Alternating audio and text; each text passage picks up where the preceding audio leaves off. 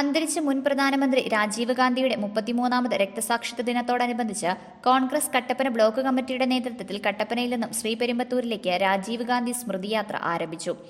Idukki live വാർത്തകൾ നിങ്ങൾക്കായി അവതരിപ്പിക്കുന്നത് capsule pharma, Cheruvally building, Idukki കവല, കട്ടപ്പന.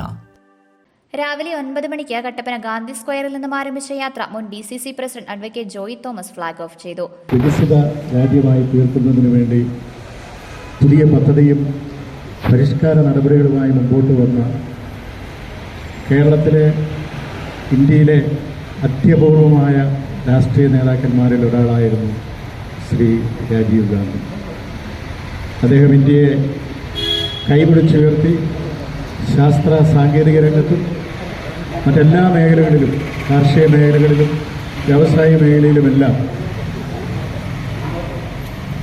ഇന്ത്യയുടെ വളർച്ച ത്വരിതപ്പെടുത്തുന്നതിനുള്ള കർമ്മ പദ്ധതികൾ ആവിഷ്കരിച്ച രാഷ്ട്ര പുനർനിർമ്മാണം നടത്തിയ രാഷ്ട്രീയ നേതാവായി അദ്ദേഹത്തിൻ്റെ വിയോഗം ഇന്ത്യയെ വളരെയധികം പിന്നോട്ട് നയിച്ചു എന്നുള്ളതാണ് യാഥാർത്ഥ്യം.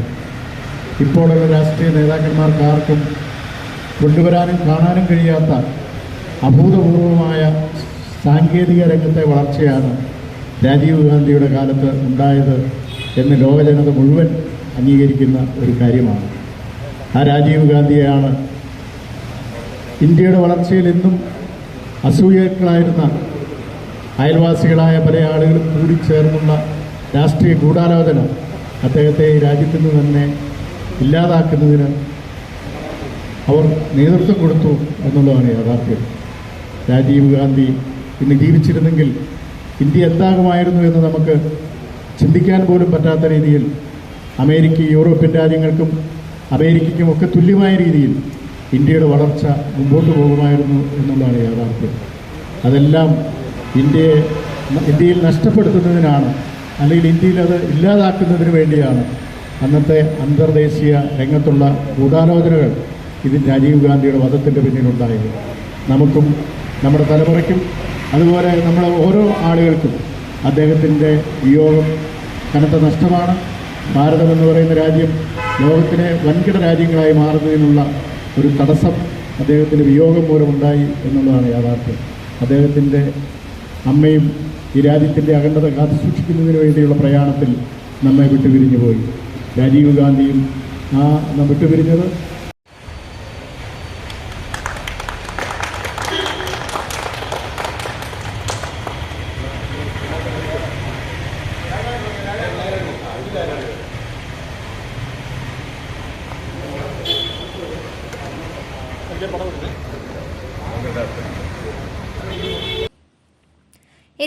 തീയതി ശ്രീപെരുമ്പത്തൂരിൽ നടക്കുന്ന അനുസ്മരണ സമ്മേളനം AICC അംഗം അഡ്വക്കേറ്റ് EM അഗസ്തി ഉദ്ഘാടനം ചെയ്യും. ലോകരാഷ്ട്രങ്ങളുടെ മുൻപിൽ ഇന്ത്യയുടെ കരുത്ത് വിളിച്ചറിയിച്ച ശക്തമായ ഭരണാധികാരിയായിരുന്നു രാജീവ് ഗാന്ധിയെന്ന് EM അഗസ്തി പറഞ്ഞു. 1991 മെയ് മാസം 21 ശ്രീപെരുമ്പത്തൂരിൽ രക്തസാക്ഷിത്വം വഹിച്ച ശ്രീ രാജീവ് ഗാന്ധിയുടെ 33ാമത് രക്തസാക്ഷിത്വ പരിപാടിയിൽ പങ്കെടുക്കുന്നതിന് വേണ്ടിയാണ് ശ്രീപെരുമ്പത്തൂരിലേക്ക് ഈ ജാഥ പുറപ്പെടുന്നത്. ശ്രീ രാജീവ് ഗാന്ധി നമ്മുടെ മനസ്സിലൊരു വേദനിപ്പിക്കുന്ന സ്വപ്നമാണ്. അദ്ദേഹം ജീവിച്ചിരുന്നുവെങ്കിൽ എന്ന് എല്ലാവരും ആഗ്രഹിക്കുന്നു. പക്ഷേ രാജീവ് ഗാന്ധി നമ്മളോട് കൂടിയില്ല. രാജീവ് ഗാന്ധിയുടെ മരണം രാജ്യത്തിന് ഉണ്ടാക്കിയ വിടവ്, നഷ്ടം ഒരിക്കലും പരിഹരിക്കാൻ കഴിയുന്നതല്ല.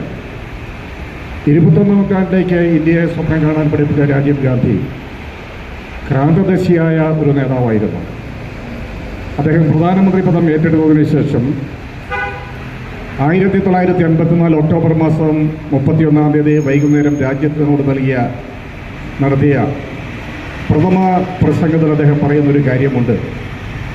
ഏതാനും ഭീകരപ്രവർത്തകന്മാരുടെ തോക്കുകളിൽ നിന്നും ഉതിർന്നു വീഴുന്ന വെടിയുണ്ടകൾക്ക് തകർക്കാൻ കഴിയുന്നതല്ല നമ്മുടെ രാജ്യത്തിൻ്റെ ഐക്യം. എനിക്കും നിങ്ങൾക്കും പ്രിയപ്പെട്ട ഇന്ദിരാ പ്രിയദർശിനി നമ്മളോട് കൂടിയില്ല. പക്ഷേ രാജ്യത്തിൻ്റെ ഐക്യം നിലനിർത്തിയേ മതിയാവൂ. തൻ്റെ പ്രിയപ്പെട്ട അമ്മ ഇന്ദിരാഗാന്ധിയുടെ രക്തസാക്ഷിത്വത്തിൽ ദുഃഖിതനായി നിന്ന രാജീവ് ഗാന്ധിയെ രാജ്യത്തിൻ്റെ പ്രധാനമന്ത്രി പദം ഏൽപ്പിച്ചപ്പോൾ അദ്ദേഹം ഐക്യത്തോട് നിൽക്കുന്ന ഇന്ത്യയെ പറ്റിയാണ് സംസാരിക്കുന്നത്. അങ്ങനെ രാജ്യത്തിൻ്റെ ഐക്യത്തിൻ്റെ ബലിവേദിയിൽ രക്തസാക്ഷിയായ രാജീവ് ഗാന്ധിയെയാണ് നമ്മൾ സ്മരിക്കുന്നത്. ദൗർഭാഗ്യവശാൽ നമ്മുടെ രാജ്യം കടന്നു പോകുന്ന അതീവ ഗുരുതരമായ സാഹചര്യത്തിലൂടെയാണ്. രാജ്യത്തിൻ്റെ ഐക്യത്തിന് വേണ്ടി രക്തസാക്ഷ്യം വഹിച്ച ഇന്ദിരാഗാന്ധിയുടെയും രാജീവ് ഗാന്ധിയുടെയും പാത പിന്തുടർന്നവർ രാജ്യത്തിൻ്റെ ഭരണഘടനയെ ചൊല്ലി അധികാരമേറ്റ രാജ്യത്തിൻ്റെ പ്രധാനമന്ത്രി രാജ്യത്തിൻ്റെ ഐക്യം തകർക്കാൻ ശ്രമിക്കുകയാണ്. ഭരണഘടനയെ സംരക്ഷിക്കേണ്ട പ്രധാനമന്ത്രി തന്നെ ഭരണഘടനയെ തകർക്കാൻ ശ്രമിക്കുന്ന അതീവ ഗുരുതരമായ സാഹചര്യത്തിലൂടെയാണ് നമ്മുടെ രാജ്യം കടന്നു പോകുന്നത് എന്നതാണ് ഈ കാലഘട്ടം നമ്മളെ പഠിപ്പിക്കുന്നത്. എങ്കിലും ഇന്ത്യയിലെ ജനങ്ങൾക്ക് പൗരത്വ ബോധമുള്ളവരാണ്. തിരുത്തേണ്ടവരെ തിരുത്താൻ ഇന്ത്യയിലെ ജനങ്ങൾക്കറിയാം. ഇന്ത്യയിലെ ഒരു മരണം മാറ്റം അനിവാര്യമായിരിക്കുന്നു. അതിന് നേതൃത്വം കൊടുക്കാൻ കഴിയുന്നത് ശ്രീ രാഹുൽ ഗാന്ധിക്കാണ്. രാജ്യത്തിന് വേണ്ടി രാജീവ് ഗാന്ധിയുടെ പ്രിയപുത്രൻ രാഹുൽ ഗാന്ധി. അദ്ദേഹം പോകുന്നിടത്തെല്ലാം ഐക്യത്തിന് വേണ്ടി സംസാരിക്കുന്നു. പ്രധാനമന്ത്രി വിഭജനത്തിനും അതുപോലെ തന്നെ പ്രതികാരത്തിനും വേണ്ടി സംസാരിക്കുന്നു. ഐക്യത്തിൻ്റെ ശബ്ദം, സമാധാനത്തിൻ്റെ സന്ദേശം രാജ്യവും ലോകവും തിരിച്ചറിയാൻ ശ്രീ രാഹുൽ ഗാന്ധിയുടെ കരങ്ങളെ ശക്തിപ്പെടുത്തേണ്ട കാലഘട്ടത്തിലൂടെ കടന്നു പോകുമ്പോൾ രാജ്യത്തിന് വേണ്ടി രക്തസാക്ഷിയായ രാജീവ് ഗാന്ധിയെ സ്മരിക്കാതിരിക്കാനാവില്ല. വർഗീയ ഫാസിസ്റ്റ് ശക്തികളോട് ഒരിക്കലും സന്ധി ചെയ്യാതെ ഭാരതത്തിന്റെ മതേതരത്വം കാത്തുസൂക്ഷിക്കാൻ അദ്ദേഹം എന്നും ശ്രദ്ധിച്ചിരുന്നു. ഈ നിലപാട് മൂലമാണ് അദ്ദേഹത്തിന് സ്വന്തം ജീവൻ ബലിയർപ്പിക്കേണ്ടി വന്നത്. രാജീവ് ഗാന്ധിയെ പോലെ ഒരു ഭരണാധികാരിയുടെ അഭാവം ഇന്ന് ഭാരത ജനത തിരിച്ചറിയുന്നുവെന്നത് യാഥാർത്ഥ്യമാണെന്ന് ജാഥ ക്യാപ്റ്റൻ തോമസ് മൈക്കിൾ പറഞ്ഞു.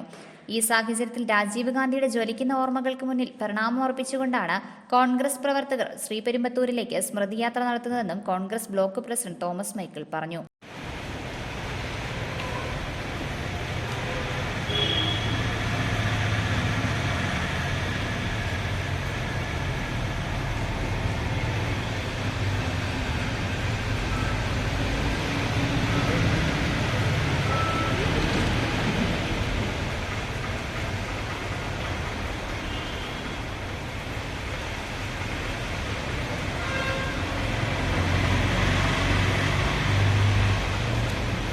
മണ്ഡലം president Siju Chakkumoottil, Shaji Vellamakkal, K D Radhakrishnan, K A Mathew, A M Santhosh, Jose Anakkalil തുടങ്ങിയവർ സംസാരിച്ചു. Idukki live news Kattappana. Idukki live വാർത്തകൾ നിങ്ങൾക്കായി അവതരിപ്പിച്ചത് കട്ടപ്പനയിലെ ആദ്യത്തെ supermed store capsule pharma, Cheruvally building, ഇടുക്കിക്കവല. എല്ലാ മരുന്നുകൾക്കും 10 മുതൽ 60% വരെ വിലക്കുറവ്. ബേബി കെയർ, പെറ്റ് കെയർ എന്നിവയ്ക്കായി പ്രത്യേക വിഭാഗം. കോസ്മെറ്റിക്സുകളുടെ വിപുലമായ ശേഖരം. ഹോം ഡെലിവറി സൗകര്യം. വിശാലമായ പാർക്കിംഗ് ഏരിയ. ഇനി മരുന്നുകളെല്ലാം കുറഞ്ഞ വിലയിൽ.